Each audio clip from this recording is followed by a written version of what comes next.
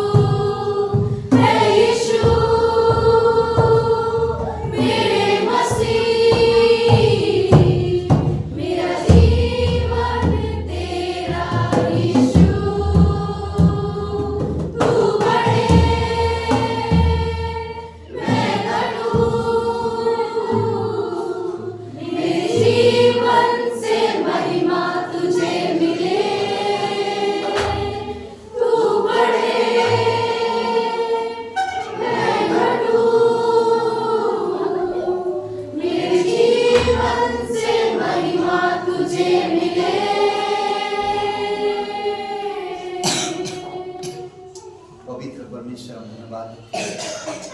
हाँ प्रभु यीशु मसीह, तू सच्चा, तू ही एक मार्ग, तेरे नाम से चंगाई, तेरे नाम से आज़ादी, तेरे नाम से लोगों को छुटकारा मिलता है और तेरे नाम में ही सच्चाई और तेरे पास भरपूर भलाई है। जो तेरी आज्ञा मानते हैं, जो तेरे पीछे चलते हैं, तो उनके लिए अच्छे वस्तु को कोई भी रख नहीं छोड़ता, उनके पीछे कर देता है। धन्यवाद देते तेरी अनुग्रह के लिए, धन्यवाद तेरे संपूर्ण कार्य के लिए, धन्यवाद तेरे कलीसिया के लिए, धन्यवाद तेरे पवित्र लोगों को अपने हाथों को उठाई और पवित्र परमेश्वर की महिमा करी। वो आपसे प्यार करता है, वो आपके हृदय और मन के विचारों को जानता है, वो आपके घर में शांति और प्रेम लेकर आता है। वो आपको बचाया, वो आपको जानता है। धन्यवाद देते प्रभु। आज हमारे हृदय से बातें करो, स्वर्ग से प्रभु यीशु तेरे पवित्र वचनों के द्वारा हमारे हृदय से बातें कर, हमारे मन को स्थिर कर, हमारे विश्वास को बढ़ा प्रभु यीशु, कि विश्वास का एक पक्की नींव हम बना सके, डाल सके। प्रभु यीशु आप मदद करो। धन्यवाद देते, अभिषेक करो प्रत्येक भाई बहन, धन्यवाद देते, तेरी स्तुति महिमा करो, यीशु नासरी के नाम से मांगते, आमीन। ग्रेटर ग्रेस कलीसिया में आप सभी का स्वागत है। आइए उस पवित्र परमेश्वर के लिए एक बार जोरदार तालियां हो जाएं।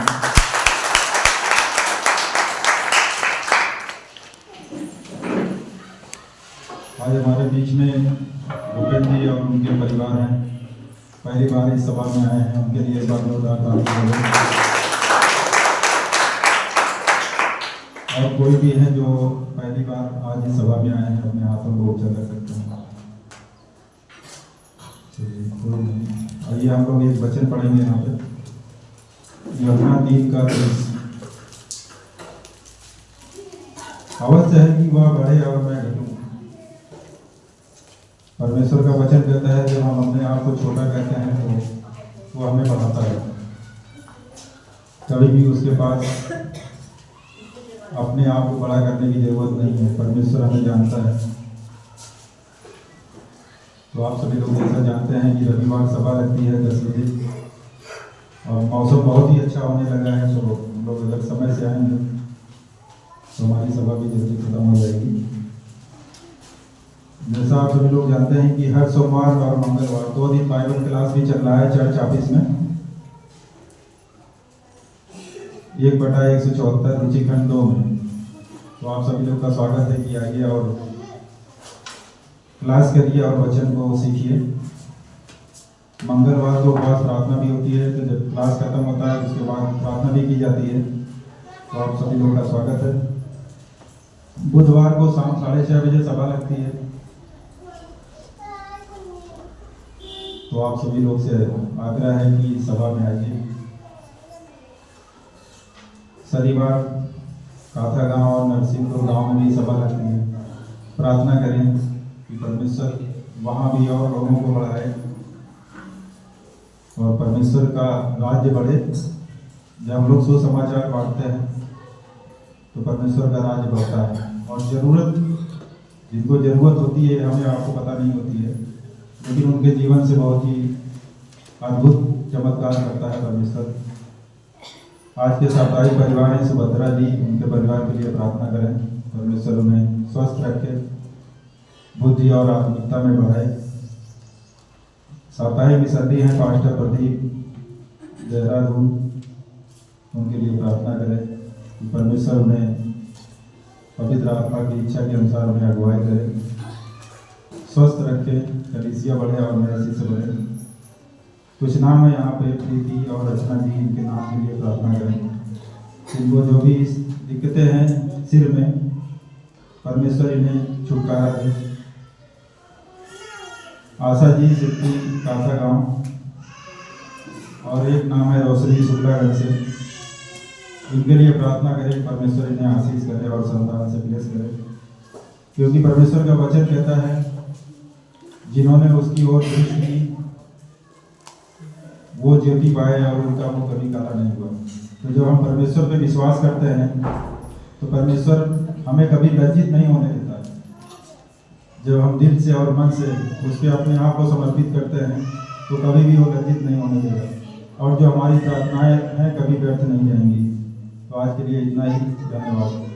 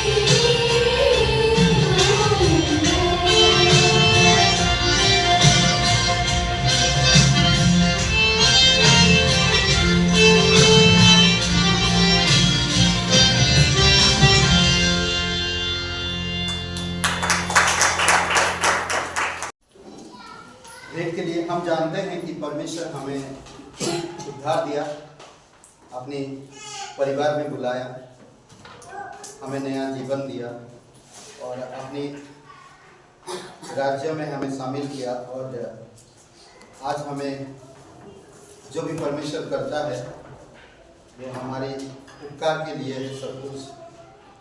पर एक चीज़ मैं बताना चाहता हूँ कि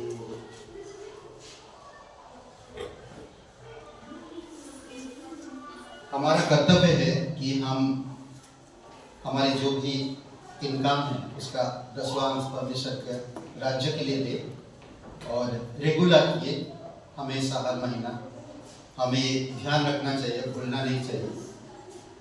परमेश्वर कहता है कि जब तुम ऐसे करोगे तो मैं सर की झड़कें खोल दूंगा, आशीष की मैं बारिश होगी।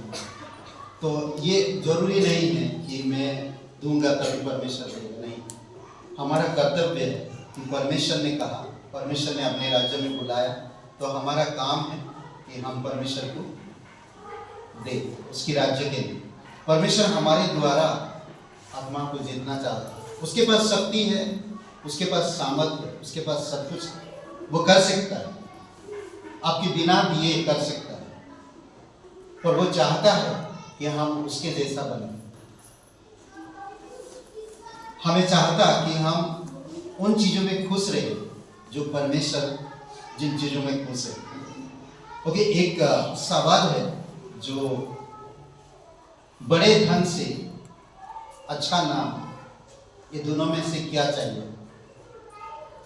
बड़े धन चाहिए या अच्छा नाम चाहिए? क्या बोलते? हाँ, कोई बोले दोनों चाहिए। बड़े धन चाहिए या अच्छा नाम चाहिए? बुर क्यों है? बताइए, मजाक कर रहा है। क्या चाहिए? और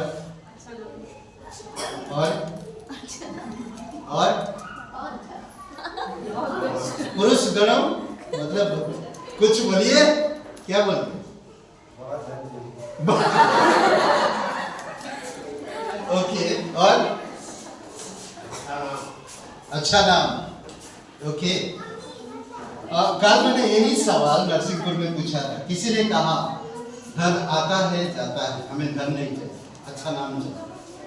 और परमेश्वर चाहता है कि मेरे बच्चे नाम कमाएं, मेरे बच्चे नाम कमाएं। देखिए, मैं धन ऑटोमेटिकली आएगा। परमेश्वर ने क्या कहा? मेरे राज्य और धार्मिकता की खोज करो, बाकी सारी चीजें आ जाएगी। और एक सवाल यहाँ पर हम देखते हैं, बड़े धन से नाम उत्तम समझो, बड़े नाम। और एक सवाल, सोने चांदी से दूसरों की खुशी, ये दोनों में क्या चाहिए? सोने चांदी चाहिए या दूसरों की खुशी चाहिए? ये दोनों में क्या चाहिए? बोलिए।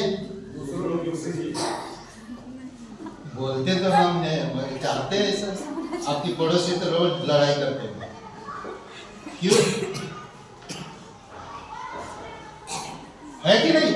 हकीकत बात है, हम दूसरों की खुशी चाहते हैं, पर हम दूसरों से तो घृणा करते हैं, हमारे आसपास के पड़ोसी। सोचिए, इससे बेटर है सोना चांदी लेकर घूमो। परमेश्वर चाहता है कि दूसरों की खुशी, जो दूसरों की खुशी लाता है, वो परमेश्वर उसको चाहता है। सोना चांदी कई बार मांग करते हैं, परमेश्वर मुझे जीवन नहीं चाहिए, मृत्यु चाहिए, भले मेरा जीवन कैसा भी हो। लोग करते हैं सब। सोने चांदी आप रह जाएगा, पर दूसरों की भलाई या दूसरों की खुशी वो हमेशा रहेगी। नीति वचन का 22 अध्याय वचन 1 में कहता है, समझ रहे? बड़े धन से अच्छा नाम ग्रहण योग्य है, और सोने चांदी से दूसरों की खुशी, प्रसन्नता परमेश्वर को भाता है, होना चाहिए।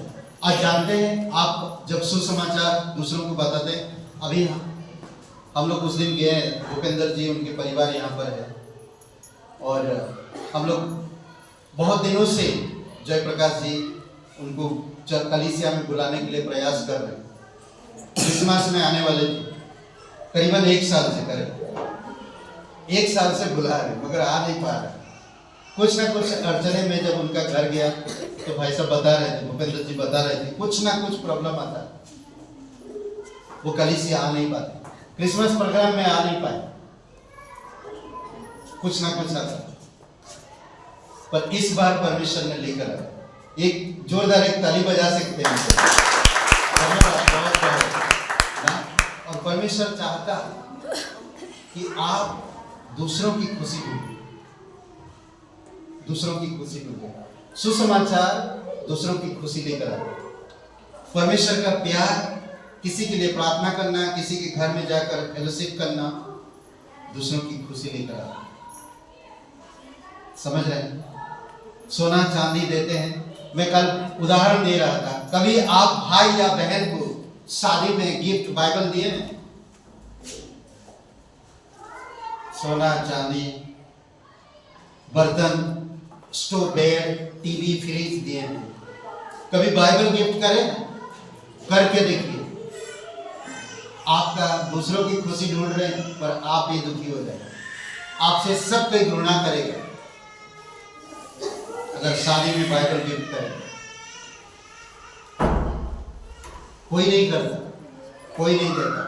ये सोने चांदी से भी बहुमूल्य रत्न है, सोने चांदी से भी बहुमूल्य रत्न, ये धन संपत्ति से भी बहुमूल्य रत्न है। भले सामने वाला कोई समझे या ना समझे, पर आप में जो गिफ्ट दिया, वो गिफ्ट इस संसार की धन संपत्ति, सोने चांदी, बहुमूल्य रत्न से भी बढ़कर भी। समझ रहे हैं? ज्ञान दीजिए। आइए प्रार्थना करते हैं। पिता परमेश्वर, प्रभु यीशु मसीह, आप हमें सही निर्णय लेने में हमें मदद करो कि हम तेरे राज्य के प्रति, तेरे धार्मिकता के प्रति, आत्माओं को जीतने के प्रति, प्राणों को बचाने के प्रति हम समर्पित हो सके। सिर्फ भेंट देने की बलिदान से नहीं, बल्कि हर एक काम अच्छी बातें कर सके, हमारे पैर उन जरूरतमंद लोगों तक पहुंच सके जो दुखी है, बीमार है, निराशा है, अंधकार में है, परेशानी में है। आप मदद करिए। धन्यवाद देते हैं, आप हमें बुलाए, आप हमें बचाएं, इसके लिए हम धन्यवाद देते हैं। प्रत्येक भाई बहनों को अभिषेक करो, यीशु मसीह के नाम से मांगते हैं, आमीन।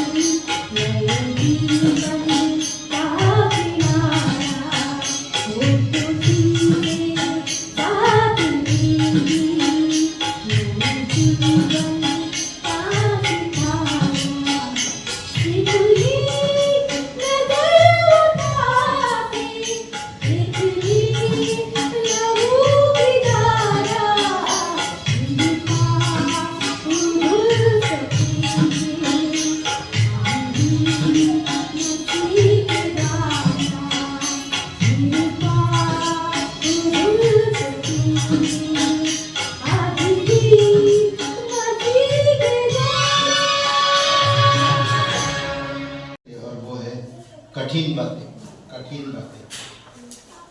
कौन सी कठिन बातें? यिर्मयाह 11 अध्याय और वचन 29 को एक दिन पढ़िए जोर से, बहुत तेजी से और बहुत तेज आवाज से। 11 अध्याय नहीं, मतलब 29:11 यिर्मयाह।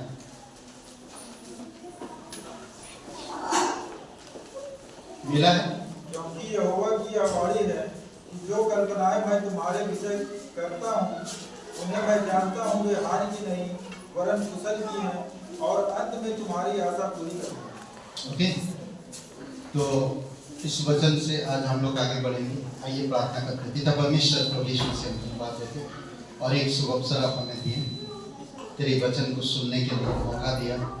हमें अभिषेक करो पिता, हमारी कानों को, हृदय को, कि हम कठिन चीज़ों को समझ सकें और कठिन बातें जो दूसरों को तकलीफ पहुंचाता है, जो समझ नहीं रखते, प्रभु आप उन चीज़ों में आप हमें अगुवाई करो कि हम समझ सकें और जान सकें। यीशु मसीह के नाम से मांगते हैं, आमीन। ओके, इस वचन के बारे में थोड़ा आप सोचिए और बातचीत करिए थोड़ा। मैं बहुत जल्दी ख़त्म करूँगा, उसके बाद फिर क्लास में चलेगी, ठीक है? इस वचन के बारे में थोड़ा बातचीत करिए।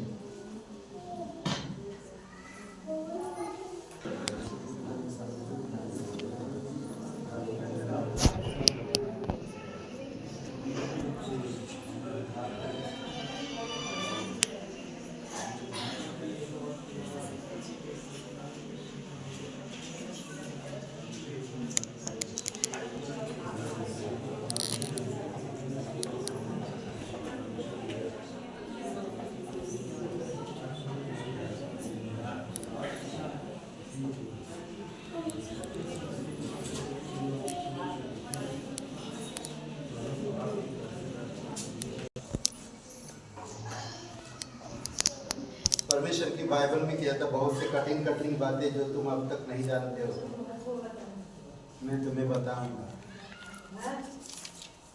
यिर्मयाह भी बोलता है, एजिकल बोलता है, नबियों की किताबों में लिखा हुआ है, करेक्ट।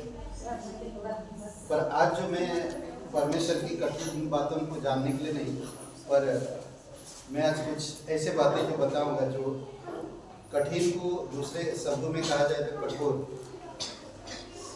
क्या कोई ऐसा कोई कठोर बातें हैं जो आपको नुकसान पहुंचा सकता है? और परमेश्वर जो कल्पनाएं करता है वो हानि की नहीं होती। हमें परमेश्वर के लिए तैयार रहना चाहिए। पर कई बार हम कल्पनाएं जो करते हैं वो हानि की होती है। हमें लगता है वो सही है, पर अंत में उसका नतीजा मालूम पड़ता है। अभी एक लड़की के विषय में हम सुना, उसके हस्बैंड खत्म हो गए। वो परमेश्वर के बारे में बहुत, परमेश्वर से बहुत प्यार करती थी और परमेश्वर के बारे में काफी जान, डेली वो कलीसिया आती थी, करीबन 2 साल तक आई। और उसने एक निर्णय लिया कि अविश्वासी के साथ शादी करना। अच्छा खासा जीवन चल रहा था, कोई प्रॉब्लम नहीं था। उनकी एक बेटी भी थी, लाइफ अच्छा चल रहा। अचानक उस बहन की हस्बैंड खत्म हो गई। मुझे कल ही पता चला, जब बीमार था तो कोई फोन करके बताया नहीं।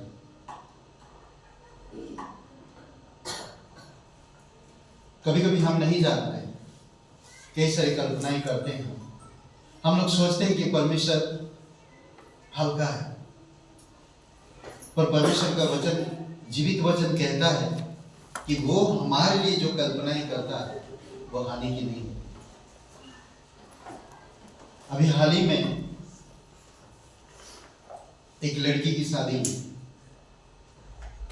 उसकी माँ बाप सब कुछ बिलीवर है।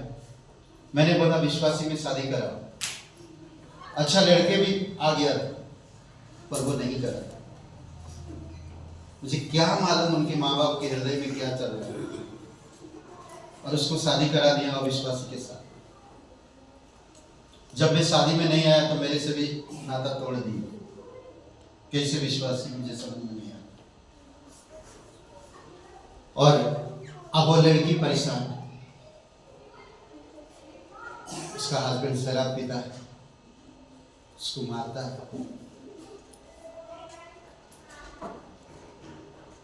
अच्छी लड़की परमेश्वर के प्रति, कई बार हम लोग नहीं समझ पाते। बच्चों को हम परमेश्वर में बढ़ाते हैं और अविश्वासी के साथ शादी कराते हैं। कितनी अफसोस की बात, कितना कठिन है उनकी जीवन, कितना दुख भरा उनकी जीवन है। सारे कठिन चीजों को यीशु मसीह सहा है। हम लोग जो किया यीशु मसीह ने सहा। कठिन बातें, कठिन पापों के कठोर रास्ते में आती हैं। कठिन बातें कठिन पापों के रास्ते में आती हैं। समझ रहे? कठोर रास्ता। जब हम परमेश्वर की बात नहीं सुनेंगे तो हम अपनी रास्ता चुनेंगे, और वो रास्ता बहुत भयंकर हो और कठोर हो जाता है। सिंपल एक नीति वचन में कहता है 13:15 में, जो लोग परमेश्वर के नियमों को तोड़ते हैं वे अपने जीवन में अवश्य कठिनाई पाएंगे। बहुत सारे लोग तोड़ते हैं परमेश्वर के नियम को, वो सुबुद्धि के कारण अनुग्रह पाते हैं। जो लोग बोलते ना कि विश्वासघातियों का मार्ग कड़ा होता है। जो लोग विश्वासघात करते हैं उनका मार्ग बहुत कड़ा होता है। मतलब क्या बोलते कि कठिन और बहुत तकलीफ भरा होता है, कठिन भरा होता है। इसलिए कभी भी कहीं पर भी अगर आप परमेश्वर के लोग हो या आप संसार में हो तो आप कभी किसी का विश्वासघात मत करो।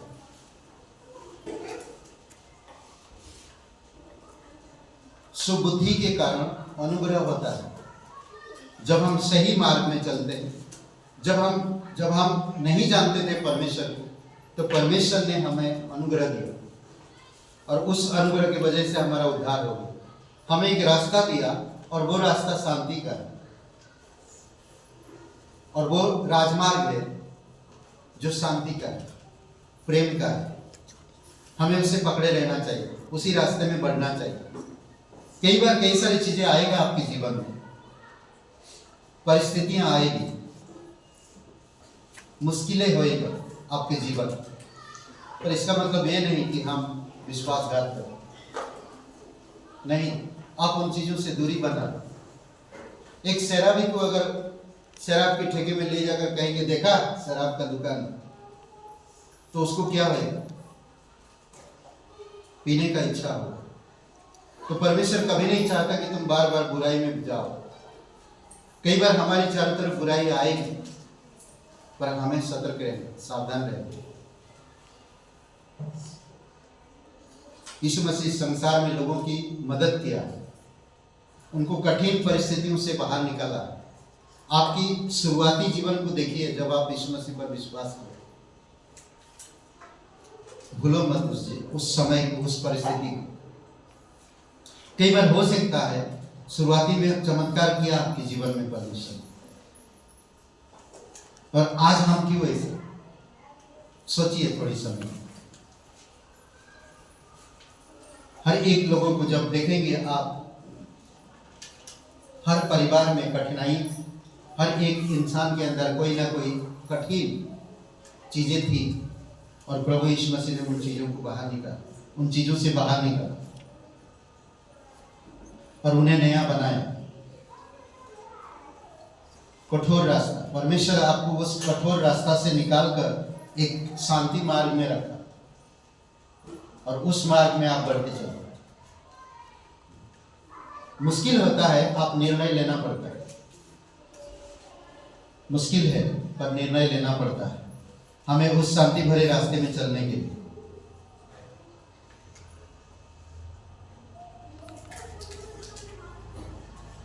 जो लोग परमेश्वर के नियमों को तोड़ते हैं वे अवश्य जीवन में,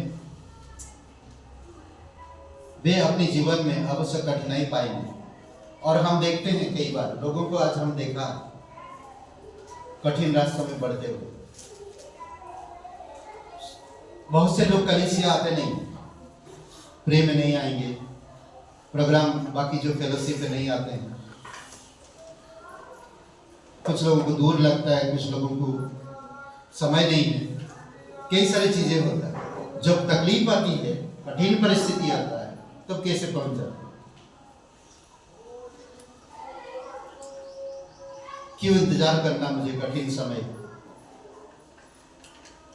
जब परमेश्वर मेरे लिए कलीसिया दिया, पवित्र लोग दिया, पास्टर लीडर्स दिया, तो मुझे उसमें शामिल होना, आगे बढ़ना है। और एक बात है, कठोर हृदय जो होता है, कठोर हृदय भी होता है, जानते हैं आप?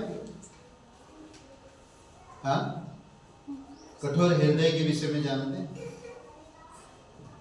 अब एक लड़का गोलू और मोनू को बोलता है कि मोनू यार, जैसे ही एग्जाम खत्म होएगा, फाइनल एग्जाम खत्म होएगा, वैसे ही जिम ज्वाइन कर लूंगा। मोनू बोलता क्यों? बोलते यार एग्जाम के बाद मार खाने का सेहत तो बन जाएगा।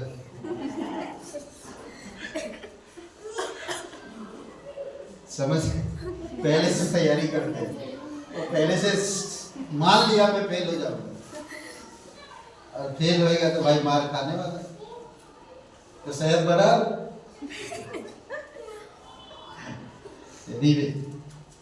कठोर हृदय, बाइबल में ऐसा कोई है व्यक्ति जो कठोर हृदय का हो? कोई है? हृदय कठोर है?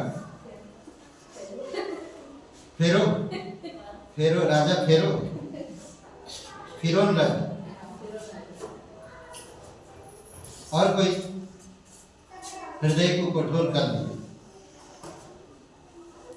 कठोर हृदय बहुत प्रॉब्लम लाता है भाई। जो अपना मन या हृदय को कठोर कर लेता है वह विपत्ति में पड़ता है। समझ रहे हैं? विपत्ति में पड़ता है। नम्र नहीं होते, ग्रहण नहीं करते परमेश्वर की बातों को, कलीसिया के कार्यक्रम में सहभागी नहीं होते, वो अपने मन को कठोर कर लेते।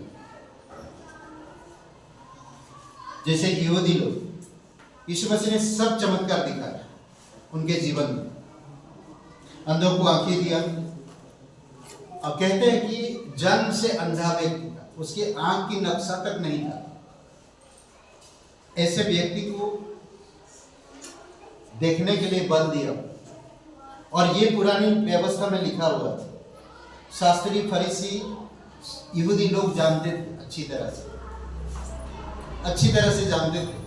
और कोड़ को सिद्ध करेगा, कोड़ी को सिद्ध करेगा, वो सब कुछ जानते थे।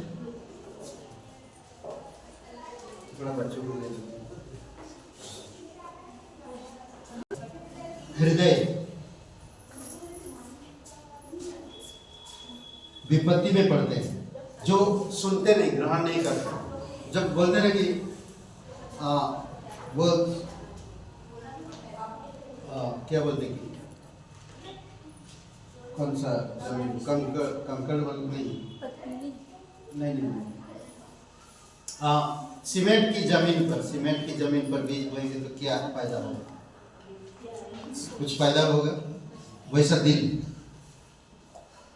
और एक मिट्टी का, दूसरे शब्दों में अगर पत्थर के ऊपर बीज बोएंगे तो कुछ नहीं होने वाला।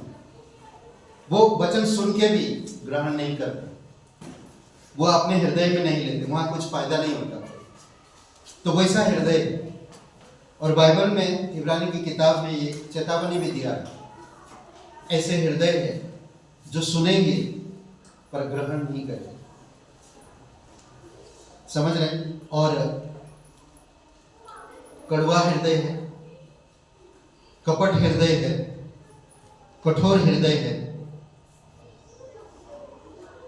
वचन नीति वचन में कहता, नीति वचन 28:14 में, जो मनुष्य निरंतर प्रभु का भय मानता रहता है वह धन्य है। जो हमेशा परमेश्वर का भय मानता है, वो एकांत में रहे या परिवार के साथ रहे या कलीसिया में रहे, वो परमेश्वर का भय रखता है, वो इंसान बढ़ेगा और वो धन्य कहलाएगा। समझ रहे हैं? वो धन्य कहलाएगा। पर एक कठोर हृदय वह है प्रभु का धन्य कहलाता, जो अपना मन कठोर कर लेता है वह विपत्ति में पड़ता है। एक कठोर हृदय वह है जो मुसीबत में पड़ जाता है। समझ रहे? मुसीबत में पड़ता है, कई बार ग्रहण नहीं करता। कई बार आपको अगर कोई कठोर शब्द बोल दिया या कठोर शब्द आ गया, कई बार शैतान किसी को भी इस्तेमाल कर सकता आपके दिल को, आपके मन को परखने के लिए। आप अगर एक विश्वासी हो तो आपका हृदय हमेशा ग्रहण करने वाला हृदय है, संयम रखने वाला। समझ रहे? प्रभु यीशु मसीह हर प्रकार के लोगों के पास गया, जो उसे ग्रहण किया उसे परमेश्वर की संतान होने का गवाही दी। यूहन्ना 1:12 में जो भी लोग सुना, ग्रहण किया तो उसको परमेश्वर की संतान होने का गवाही दी। कई सारे लोग कठोर कर लिए, विपत्ति में पड़े, और जो लोग ग्रहण किए उसका भय रखे, परमेश्वर उनको धन्य बनाए। समझ रहे हैं? आप देखेंगे विश्वासियों का जो नाम है इब्रानी का 11 अध्याय में, जितने भी लोग विश्वास के कार्य किए, विश्वास रखे, सबका नाम है। पर सुलेमान, राजा सुलेमान का नाम नहीं। सोचिए, सैमसन के माता पिता का नाम है, मूसा के माँ बाप का नाम है, पर दाऊद का बेटा सुलेमान का नाम नहीं। समझ रहे? वो कुछ समय हृदय, खुला हृदय से परमेश्वर को ग्रहण किया, पर वो हृदय को कठोर कर लिया बाद में। आज भी बहुत से लोग हैं इस संसार में जो हृदय को कठोर कर लेते हैं। वो समझ नहीं पाते, वो जान नहीं पाते। और एक बातें हम देख सकते हैं नहम्याह की किताब में, कोठोली गर्दन। समझ रहे? गर्दन भी कड़क होता है, मतलब हथीले होता है। ओके, वे ढीले बनने वाले, ढीले बनने या ढील बनते ना, ढील लोग। नहम्याह का 9 अध्याय वचन 16 और 17, परंतु उन्होंने और हमारे पुरखों ने अभिमान किया, घमंड, ये सब कठिन चीजें जो परमेश्वर को दूर करता आपसे। समझ रहे? कठोर रास्ता, कठोर हृदय जो आपको दूर करता परमेश्वर से, ये सारी चीजें। घमंड में तुम्हारे, परंतु उन्होंने, हमारे पुरखों ने अभिमान किया और हठीले बने। क्या बने? हठीले बने और तेरी आज्ञा ना मानी और आज्ञा मानने से इनकार किया, और आश्चर्य कर्म तूने उनके बीच किए थे उसका स्मरण ना किया। आज भी बहुत से विश्वासी भाई बहन परमेश्वर की अद्भुत कामों को ध्यान नहीं देते। क्रूस पर जो यीशु मसीह ने किया उस काम पर गौर नहीं करते। प्रभु यीशु मसीह आपको कहता है, इस धरती पर मैं हमेशा तुम्हारे साथ।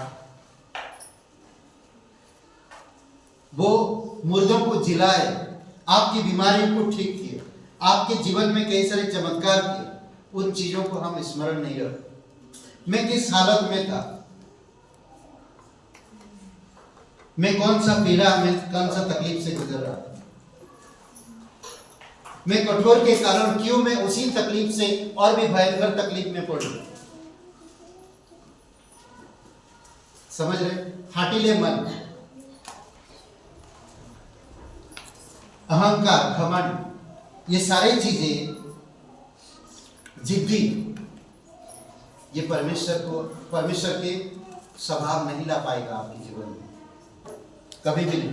परमेश्वर प्रेमी है, वो चाहता है कि निरंतर हम उसका भय मानते रहें।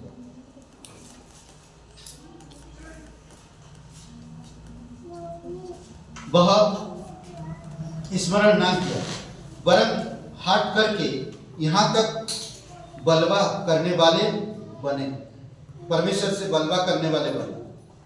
आज मैंने देखा बहुत सारे लोग विश्वासी भाई बहन, एक विश्वासी से एक विश्वासी का नहीं जमा तो बहुत सारे लोगों को गड़बड़ी में डाल दिया। आज जो कई सारे वीडियो वायरल हो रहा है, ये विश्वासी में विश्वासी प्रॉब्लम है, समझ रहे हैं? इसी वजह से बहुत सारे दिक्कत है। मेरा एक फ्रेंड है, पास्टर है, उन्होंने कहा कि जिसको मैं बहुत प्यार करता था, और वही इंसान कंप्लेन किया चर्च के लिए, और मुझे बाद में पुलिस वाले ने मुझे बताया, मुझे भी नहीं मालूम, मैं तो भाई की तरह मैं प्यार देता था, और वही इंसान जाकर कंप्लेन। इंक्वायरी हुई, सब चीज आया, तो पास्टर ने पूछा जो पुलिस इंस्पेक्टर था उससे, तो कंप्लेन किया किस, तो उसका मुझे नाम थोड़ा बता दिया, तो उसने नाम बताया, तो बोलते कि मेरा तो पैर के नीचे से जमीन हट। ऐसा सोचिए, जिनसे आप बहुत बहुत प्यार करते हैं। यीशु मसीह यहूदा के लिए क्या कुछ नहीं किया, उपदेश दिया, प्रेम दिया, चमत्कार दिखाया, सब कुछ, फिर भी यहूदा बदला नहीं, हठीला मन ही रखा। क्यों? उसका मन पहले से हठीला था। वो चमत्कार जो दिखाया उसे स्मरण नहीं रखा। पानी के ऊपर जो पतरस खुद चले, शिष्य लोग, वो सब चीजें देखा पर कभी स्मरण नहीं किया। मुर्दों को जिलाया, यहां तक स्मरण नहीं किया। हम उन लालसाओं में पड़ जाते हैं जो हमें परमेश्वर की बहुत दूर हमसे ले जाते हैं। फिर कहता है, वरन हट करके यहां तक बलवा करने वाले बने कि एक प्रधान ठहराया कि अपने दास्तव की दशा में लौटे। दास्तव की दशा, ऐसे एक लीडर को ठहराया कि वो लोग गुलामी में चले गए। और नेहमाया जरमाया जब ये लोग बता रहे, कहते कि 70 साल तक यहूदी में गुलामी में रहा। सोचिए, सिर्फ कठोर करना, अपने हृदय घमंड लाने से, परमेश्वर की बातें स्मरण ना करने से, परमेश्वर की आज्ञा के अनुसार ना चलने से, कितना साल तक गुलामी में रहे? 70 साल से। सोचिए। परंतु तू, इसमें कहता, परंतु तू क्षमा करने वाला, अनुग्रहकारी और दयालु और विलंब से क्रोध करने वाला और अति करुणामय ईश्वर है। तूने उनको ना त्यागा। इतना कुछ करने के बाद भी परमेश्वर कहता कि उन्हें मैं कभी त्यागा नहीं। यही नेहमाया बता रहा और समझा रहा और सिखा रहा कि इतना कुछ करने के बावजूद भी तेरे वचन नहीं सुने, तेरी आज्ञा नहीं माने, तेरे साथ नहीं चले, तुझे महिमा नहीं दी, अपने मन को कठोर किए, तेरे साथ बलवा किए, बोलो तेरे विरोध में काम किए, फिर भी तूने उन्हें कभी त्यागा नहीं। सच्ची त्यागा नहीं। और उनको चिताता था कि उनके फिर अपनी व्यवस्था के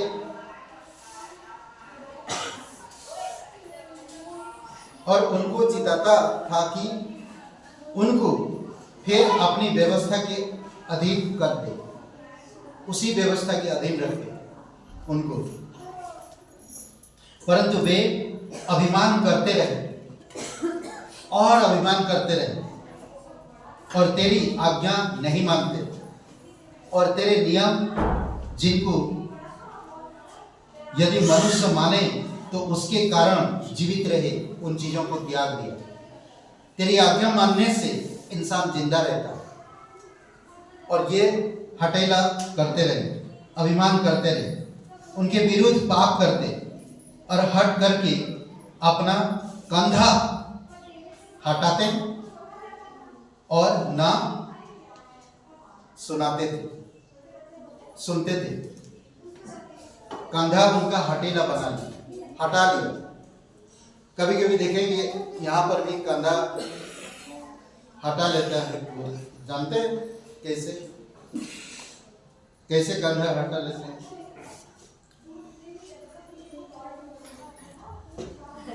ऐसे परमेश्वर बातें कर रहा, व्यवस्था दे रहा पुलपिट से, मेरा हटा हुआ कंधा, समझ रहे हैं?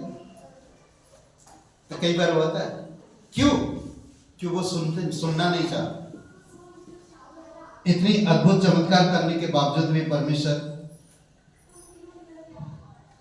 उसमें कहता है, ऐसे ये लोग जो होते हैं ऐसे घोड़े की तरह जो अपने मालिक का कहा नहीं मानते। ऐसे है जो घोड़े ना अपने मालिक का कहा नहीं मानते। तो कई सारे दिल, कई सारे मन, कई सारे लोग ऐसे हैं जो परमेश्वर की बातों को नहीं मानते और घर कहाँ बनाते? चट्टान पर। बीज कहाँ बोते? चट्टान पर। बीज चट्टान पर अगर बोएंगे तो कभी आएगा नहीं, उगेगा नहीं, फल नहीं लगेगा। बीज बो समतल अच्छी जमीन पर, तैयारी करो और मकान बनाओ चट्टान पर। अगर मकान आप बालू में बनाएंगे तो कभी नहीं मकान खड़ा रहेगा, वो ढल जाएगा। ठीक उसी प्रकार पापी प्रभु की आज्ञा नहीं मानते। ओके, दानियल का किताब खोलिए। यहाँ पर भी एक बात देखते हैं, कुछ लोगों का मन यहाँ पर कैसे था। दानियल का किताब,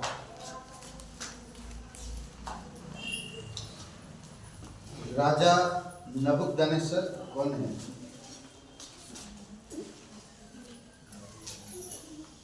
हाँ? राजा नबूकदनेस्सर है। वो इतना ये था कि वो परमेश्वर की बातें नहीं मानता था। वहां पर एक आज्ञा, मतलब दीवार पे कुछ लिखा हुआ दिखाई देता है, ऐसा ही कुछ ना। हाँ, दीवार पर लिखा गया पाया लेख दीवार पर, समझ रहे हैं? और उसका मन घमंड में फूल गया था। ये राजा का मन जो था घमंड में फूला हुआ था। घमंड नीचा गिरने के लिए मन को कठोर कर देता है, नीचे गिराता है। घमंड हमेशा नीचे गिराता है और मन को कठोर कर देता है। दो चीज लाता है, वो गिराएगा, सबकी नजर में से गिराएगा, परमेश्वर की नजर में नहीं, और मन को कठोर कर देगा। जो आपका मालिक बोले उसका सुनेगा नहीं, या परमेश्वर का वो सुनेगा नहीं। वचन 20 पढ़िए कोई, 5 का 20। परंतु जब उसका मन फूल उठा और उसकी आत्मा कठोर हो गई, यहाँ तक कि वह अभिमान करने लगा, तब वह अपने राज सिंहासन पर से उतारा गया और उसकी प्रतिष्ठा भंग की गई। समझ रहे हैं? इतना घमंड था वो राजा, इतना घमंड, और उसको राज सिंहासन से उतारा गया। मालूम है, कहते कि वो भूसा घास खाने लगा, भूसा खाने लगा। समझ रहे हैं? तो ऐसा था, और नीचा करा, सिंहासन से उतारा गया। और उसी प्रकार सेम एजिकल की किताब में आई थिंक 28 में और यशायाह का 14 अध्याय में, जो शैतान के बारे में हम बात करते हैं, शैतान के बारे में, वो शैतान नहीं था, वो भोर का तारा था, एक स्वर्गदूत जो उसको अधिकार दिया गया, उसे वो क्वालिटी थी, उसके पास वो अधिकार था, पर उसने भी वही किया, घमंड। और यीशु मसीह कहता, स्वर्ग से मैं बिजली के समान गिरते हुए देखा उसे, यीशु मसीह कहता, और वो स्वर्ग से इस धरती पर गिरते हुए देखा। आज वो कहाँ है? हवा में है, हवा में काम करता है। इसीलिए तो वो यीशु मसीह को नहीं चाहता था कि वो क्रूस में जाए। पतरस जब यीशु मसीह से बातें कर रहा था, मुझे आवश्यक है यरूशलेम जाना और क्रूस पर चढ़ाया जाना, बोलता बोलता आपके साथ ऐसा नहीं हो, पहले मैं मरूंगा फिर आप। तब यीशु मसीह ने उसको कहा, हे शैतान, पतरस बहुत प्यार करता था यीशु मसीह से, उसको कहा शैतान, हे शैतान मेरे सामने से हट। तहस महस कौन किया ये सब? आदम की बगीचा से आदम और हवा को क्यों निकाला? क्योंकि वो नहीं चाहता।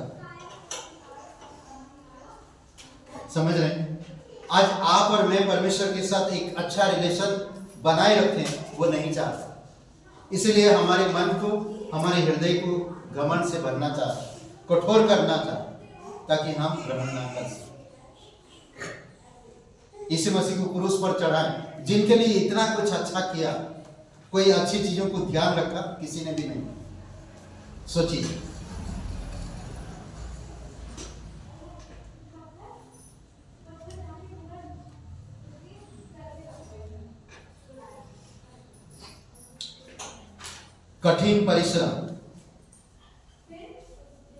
कठिन परिश्रम से उन्हें दुखी कर डाला। कठिन परिश्रम कब करता था? जब हम परमेश्वर को नहीं जानते थे, कठिन परिश्रम करते थे। आज भी कर रहे, पर करते रहे। आज कुछ अलग है, परमेश्वर हमें बल देता है, करने के लिए अनुग्रह देता है। करेक्ट? कौन लोग कठिन परिश्रम थे? इजराइल लोग जब मिस्र में थे, कठिन परिश्रम था। करेक्ट? इजराइल का दास्तव में रहना पाप के दास्तव के समान है। वो लोग जो गुलामी में था, तो पाप की गुलामी की तरह छुटकारा नहीं था, परेशान, घर परिवार, खाना पीना, कठिन परिश्रम, पानी पीने तक, खाने पीने तक, रहने तक, हर चीज में वो लोग तकलीफ में गुजरे और गुजरे। कठिन परिश्रम, कठिन शब्द ना, और कई सारे कठिन शब्द होता। कहते कि हमारा परमेश्वर गुप्त में है और गुप्त बातों को जानता है, जो हमारे लिए कठिन है। पर जब परमेश्वर के बारे में आप जानते हैं, समझते हैं, तो वो आपको ब्लेसिंग करता है। निर्गमन का 1:14 इसमें कहता है कि वो लोग बहुत तकलीफ से गुजरे। कोई एक जन पढ़िए अगर निकाले तो।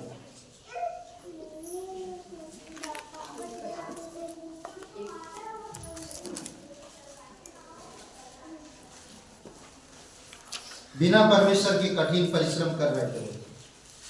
परमेश्वर मूसा को फिर भेजा, वो लोग पुकारे परमेश्वर, परमेश्वर सुना और फिर मूसा को भेजकर उनको निकाला। 1:14 पढ़िए।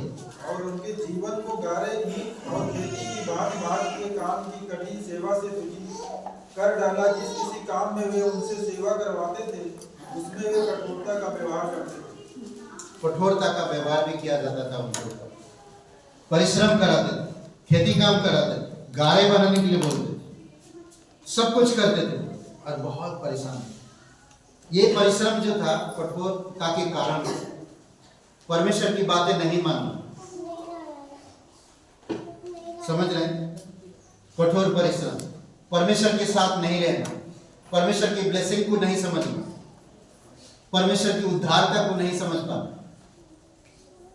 तभी तो वो लोग मिस्र गए।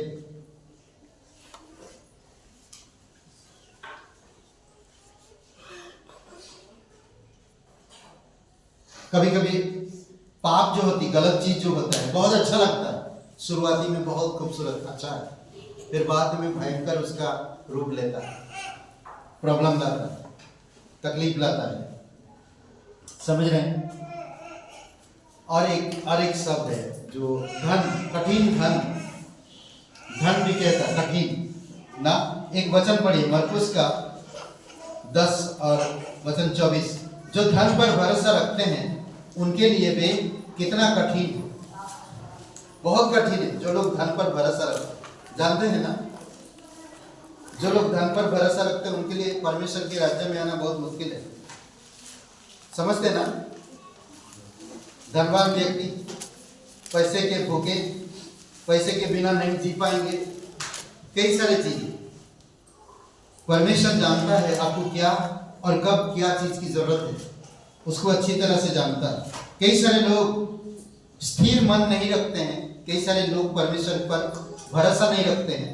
भरोसा रखते हैं तो अपनी तरीके से भरोसा रखते हैं, परमेश्वर की अद्भुत कार्य पर नहीं, परमेश्वर की अद्भुत जो काम क्रूस पर किया, पूरा किया उस पर नहीं, परमेश्वर जो चमत्कार दिखाए, परमेश्वर जो कहा मैं आदि से अंत एक साथ कभी बदलता नहीं, भरोसा नहीं रखते। और मन 24 वचन, चेले उसकी बातों से अचंभित हुए। इस पर यीशु ने फिर उनसे कहा, हे बालकों, जो धन पर भरोसा रखते हैं उनके लिए परमेश्वर के राज में प्रवेश करना कैसा कठिन है। धन कठोर बना देता है, और यदि धन हम पर अधिकार रखता है तो फिर बहुत मुश्किल है। कई बार हम देखे हैं, हम धन के गुलाम हुए।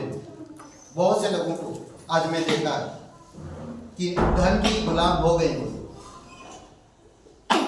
हमें धन की गुलाम नहीं होना, हमें परमेश्वर पे भरोसा रखना है।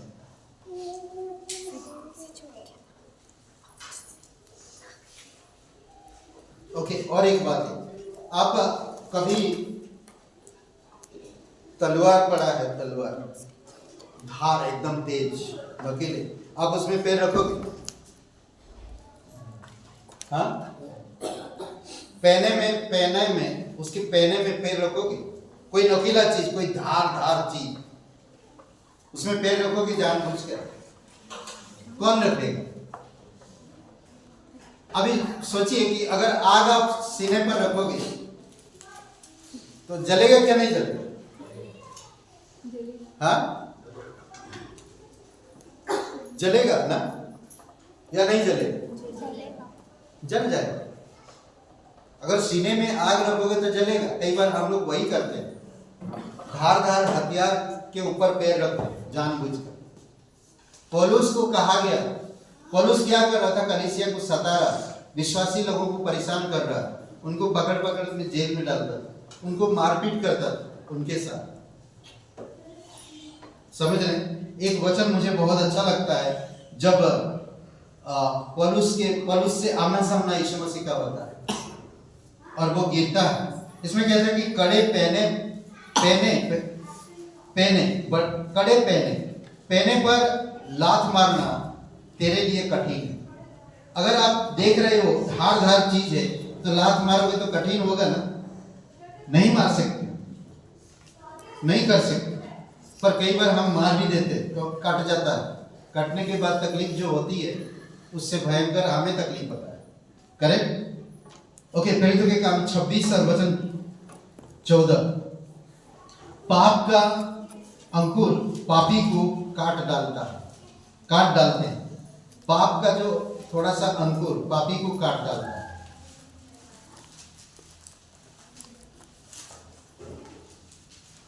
प्रेरितों के काम 26 अपनी गवाही के बारे में बताता है पौलुस।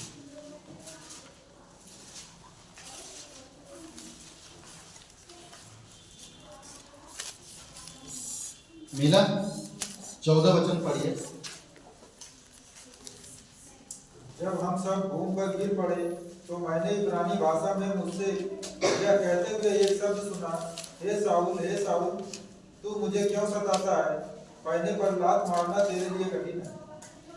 पहने पर लात मारना तेरे लिए कठिन है। क्या कर रहा था वो जा रहा था एक जगह पर जो विश्वासी भाई बहनों को पकड़ने के लिए। और वचन 15 में क्या कहा? मैंने कहा, हे प्रभु तू कौन है? प्रभु ने कहा, मैं यीशु हूँ जिसे तू सताता है। 16 में, परंतु तू उठ, अपने पाँव पर खड़ा हो, क्योंकि मैंने तुझे इसीलिए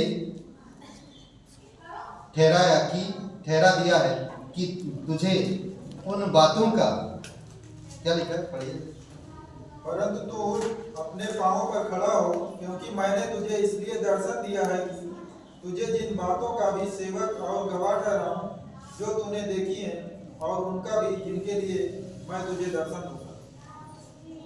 समझ रहे हैं? कई बार वो पाप के साथ रहकर पाप कर रहा था। समझ रहे हैं? पाप उसको उकसा रहा, जा उनको बंदी बना। समझ रहे हैं? बोलते ना कि पाप को ही काटता है। यहां पर कहता है कि पाप के अंकुश पापी को काट डालता है। कई बार होता है पाप की थोड़ी सी अंकुश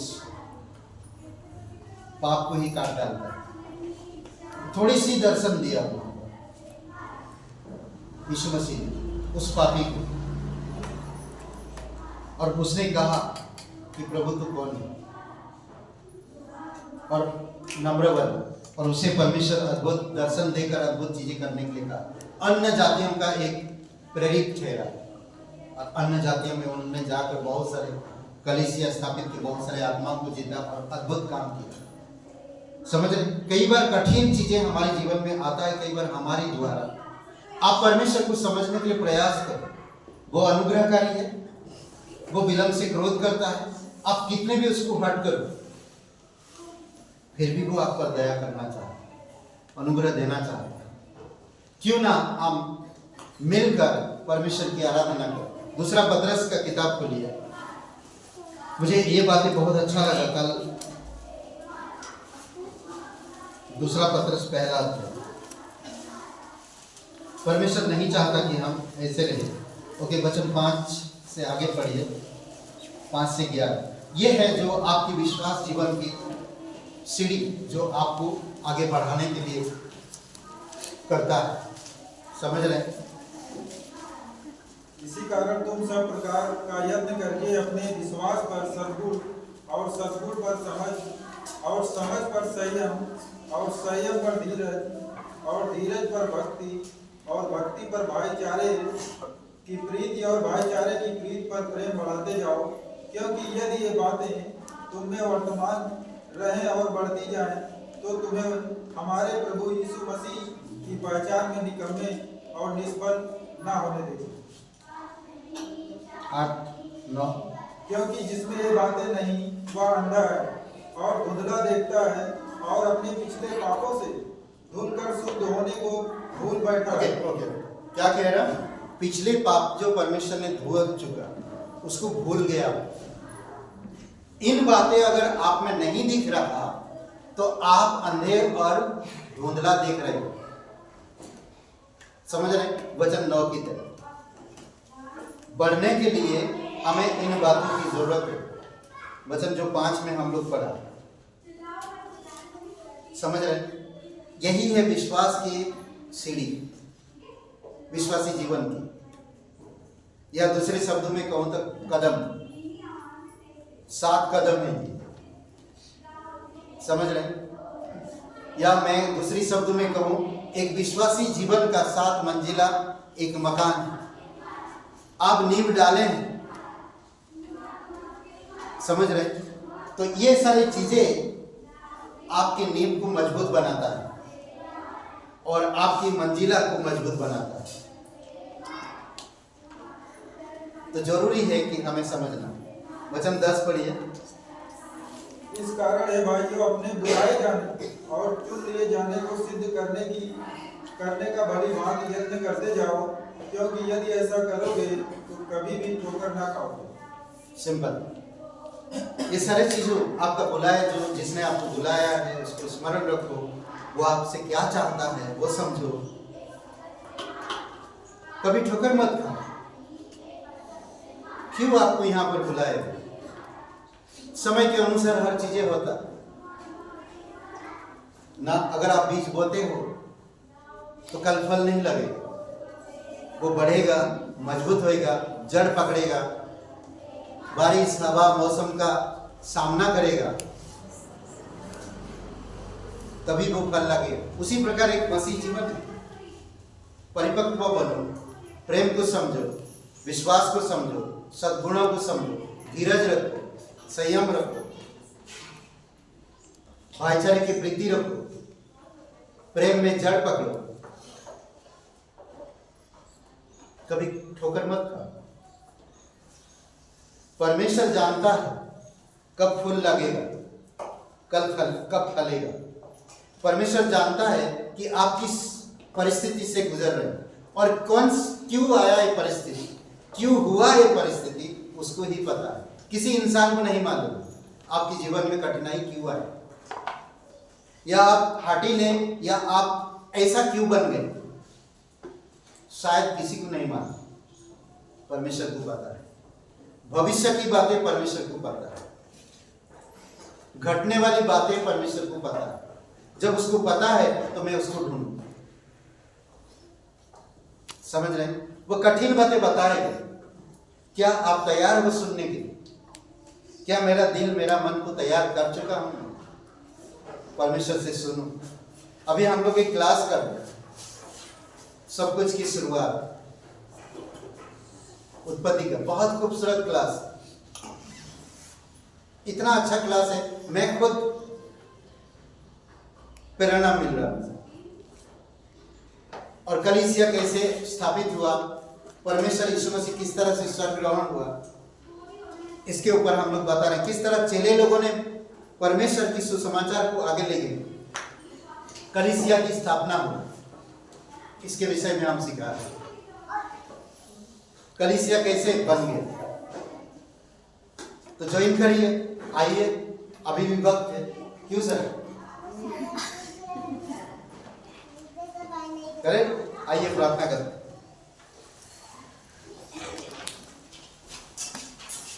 सबकी आंखें बंद है, सबकी सर झुकी हुई। प्रभु यीशु, हम धन्यवाद देते, हम कठोर या हठीले मन की ना बने और ना हम घमंड अहंकार से भरे रहे। प्रभु यीशु, हम जानते हैं कि ये सारे हमें आपसे अलग करता है और ये पाप का लक्षण, हम कभी भी आपको सीख नहीं पाएंगे, आपके सिद्धांतों में, आपके मार्ग में चल नहीं पाएंगे। हमें नम्र करो, हमें समझ दो प्रभु यीशु कि हम आपको ग्रहण कर सकें, आपको सुन सके, आपके मार्ग में बढ़ सके। कोई भाई बहन है, आप इस जीवन के अंत के बाद कहाँ अनंत बिताएंगे? एक दिन जीवन नष्ट हो जाएगा, मर जाएंगे, उसके बाद क्या होगा? हमारी आत्मा कभी नहीं मरता है। बाइबल में कई सारे उदाहरण दिया है। परमेश्वर ने कहा जीवन और मृत्यु दो मार्ग, तुम जीवन को चुन लो और बहुत दिन तक जीवित रहो। परमेश्वर स्वयं कहता कि मैं अनंत जीवन, जो उसके नाम पर विश्वास करते हैं, वह नष्ट भी हो जाए तो अभी वो जिएंगे। यीशु मसीह ने हर एक मनुष्य के पापों के कारण क्रूस पर बलिदान हुआ। हम पापी होने के कारण मरते हैं और फिर परमेश्वर के सामने खड़े होते हैं। परमेश्वर डिसीजन लेता है कि हमें कहाँ रखे, हम स्वर्ग जाएं या नरक जाएं। अगर आज हम यीशु मसीह को ग्रहण करें तो हम स्वर्ग में होंगे। क्या स्वर्ग में होने के बाद हम योग्य बन पाएंगे, परमेश्वर से पुरस्कार प्राप्त कर पाएंगे?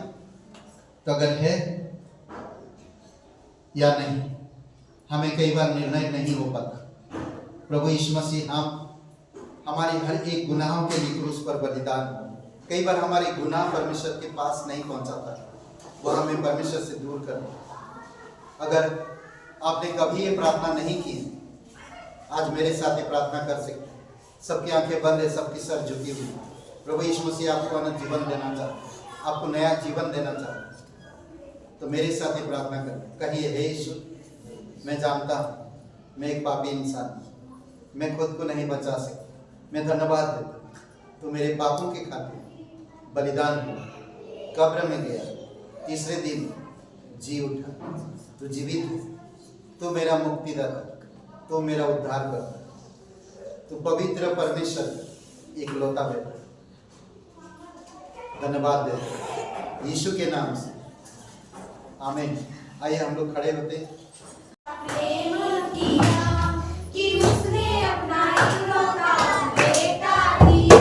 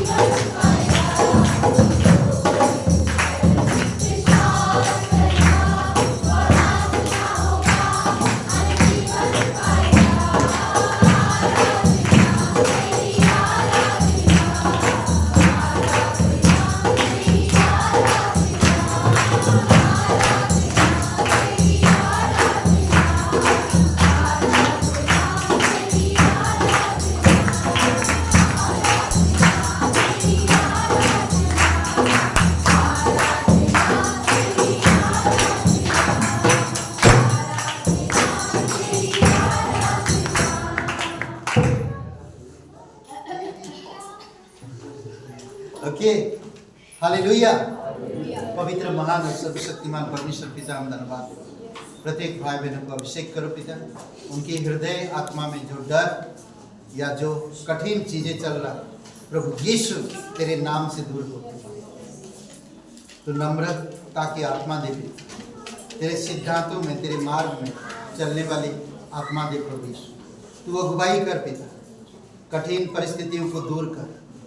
कठिन चीजें किस वजह से आया है आप जानते हो, आप समझते हो प्रभु यीशु। अगर हम अंधकार से आकर ज्योति में बढ़ रही हैं और ज्योति में रहकर अगर अंधकार को प्यार करते हैं तो ये हमारे लिए कठिन होगा। प्रभु यीशु, हमें ज्योति में ही बढ़ने देना पिता। और ज्योति में ही रहने देना। प्रत्येक भाई बहनों को अभिषेक करो, अगुवाई करो, उनकी व्यक्तिगत जीवन से बातें करो। कोई भी उनके मन में, हृदय में चल रहा, प्रभु यीशु आप समाधान लेकर आओ। धन्यवाद देते हैं। कोई शरीर की दर्द, कोई भी शिकायत है, प्रभु यीशु आप उनकी सुनो और कृपा करो और दया करो और उनकी कठिन परिस्थितियों को दूर करो। धन्यवाद देते जीवित और पराक्रमी परमेश्वर। प्रत्येक बच्चे बड़े सभी लोगों को सुरक्षित रखो। कुछ बच्चों का एग्जाम चल रहा, प्रभु यीशु बुद्धि समझ के साथ उनको बल और शक्ति दो और सही तरह से कड़ी मेहनत करे प्रभु यीशु, और अच्छे परसेंटेज में पास होने में मदद करो। धन्यवाद देते, तेरी स्तुति महिमा करो। प्रार्थना हमारे उद्धार करता सर्वशक्तिमान प्रभु यीशु नासरी के नाम से मांगते हैं, आमीन। आमीन। सबको आशीष मिले। बहुत बहुत धन्यवाद।